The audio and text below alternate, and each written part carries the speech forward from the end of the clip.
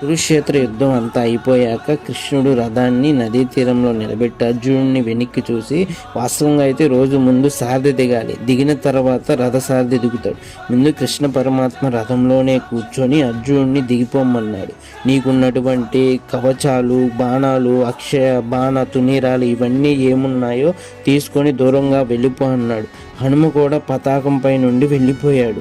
వెళ్ళిపోయిన తర్వాత కృష్ణుడు ఒక్క దూకు దూకాడు రథంపై నుండి. అప్పుడు రథం బొగ్గును కాలిపోయింది. అప్పుడు అర్జునుడు ఆశ్చర్యపోయి అడిగాడు కృష్ణుడిని, ఎందుకు కాలిపోయింది అని. ఇప్పుడు ఏమిటి, భీష్మ, ద్రోణ, కర్ణాది మహావీరులు ప్రయోగించిన అస్త్రాలకి ఎప్పుడో కాలిపోయింది. నువ్వున్నావని ఎంతకాలం ఆపాను.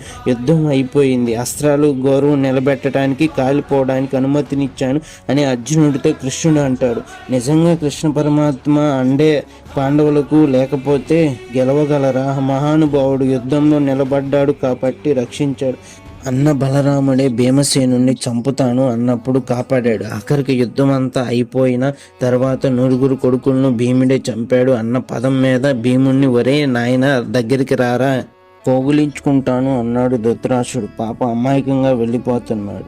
అప్పుడు కృష్ణుడు భీమసేనుణ్ణి చెయ్యి పట్టుకొని వెనక్కి లాగి, బావా నీకు తెలియదు, కాసేపు పక్కన ఉండని ఇనుప భీముని యొక్క విగ్రహాన్ని చేయించాడు. Please like our video and subscribe our channel for more videos.